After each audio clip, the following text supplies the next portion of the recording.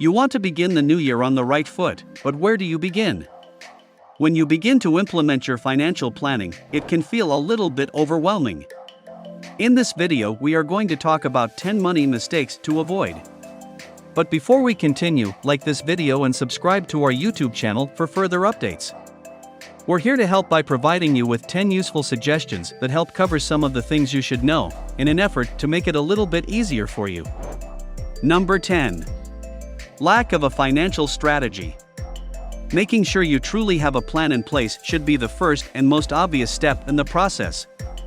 Your choice today, not tomorrow, will determine your financial future. Allow yourself enough time to plan everything out, think things through, and decide what you want to accomplish. Make budgeting your first concern. Your future self will appreciate it. Number 9. Lack of a budget. Even though it might not seem significant at the moment, buying your daily cup of coffee or going out to lunch with friends adds up over time. Making sure you have a budget should be a key component of any financial strategy. Determine where you currently stand in relation to the categories of inflows, money coming in, and outflows, money going out, money out. Examine your bank records, previous receipts, and the costs of regular expenses like power or insurance to determine what you spent money on during the last 3 months.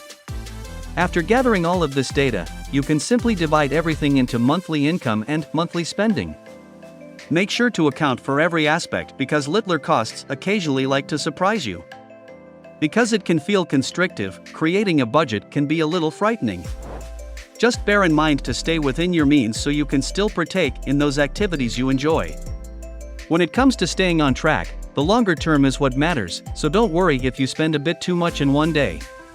Just be sure to hold yourself responsible by checking in with yourself frequently to see if you're following through. Number 8. Exceeding your means. You are probably in over your head if you are only making the minimum payment required on your credit card or after-pay amount each month, or if you are having trouble making your mortgage payments.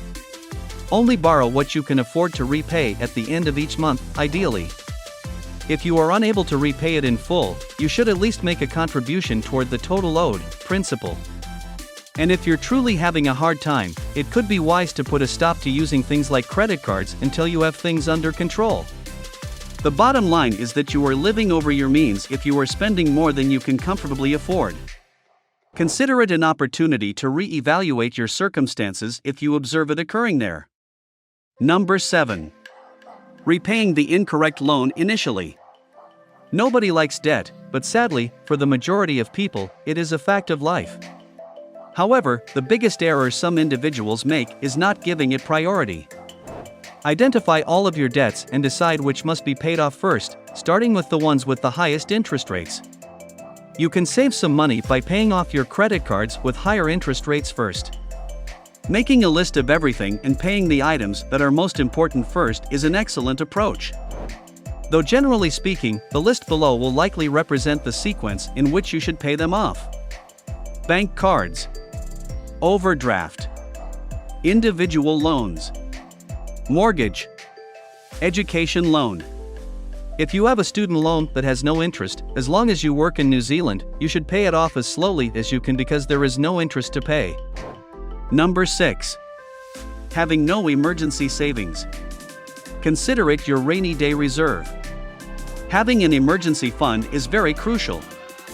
3 months' worth of expenses should be saved and kept on hand in case of emergencies. Putting oneself together can be challenging, but it can literally save your life when the unexpected occurs. And when it comes to your emergency fund, you may get creative. It doesn't always have to be cash in a bank account or a term deposit, it might alternatively be an overdraft or extra mortgage space. Everything works toward the same goal. Number 5. Not making early retirement investments or savings. Retirement may seem far off, but life has a way of throwing things your way, like paying off college loans, buying a house or car, or raising a young family. Because of this, the majority of people don't start to consider retirement until they are in their 40s. However, the earlier you start saving for retirement, the simpler it will be to reach your KiwiSaver retirement objectives and the more time you'll have to enjoy it.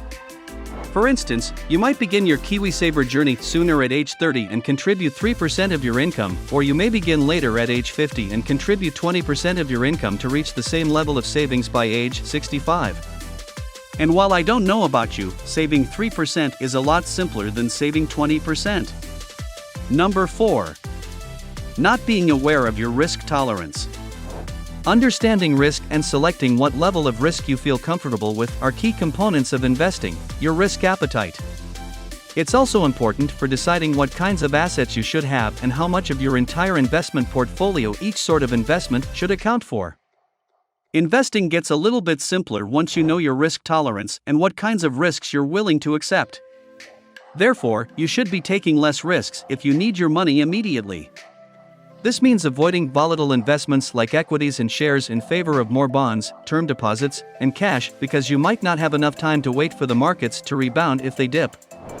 However, you should take greater risk if you can. If you have a lengthy investment horizon, investing in a managed fund that returns between 5 and 10% annually will be considerably better for you than leaving your hard-earned money in a bank where it earns just 1%.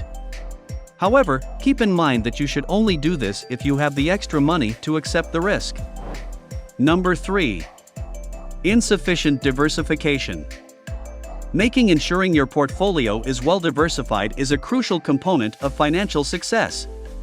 By doing this, you can reduce the risk associated with your investments because not all asset classes, such as stocks and bonds, markets, or business sectors move in lockstep.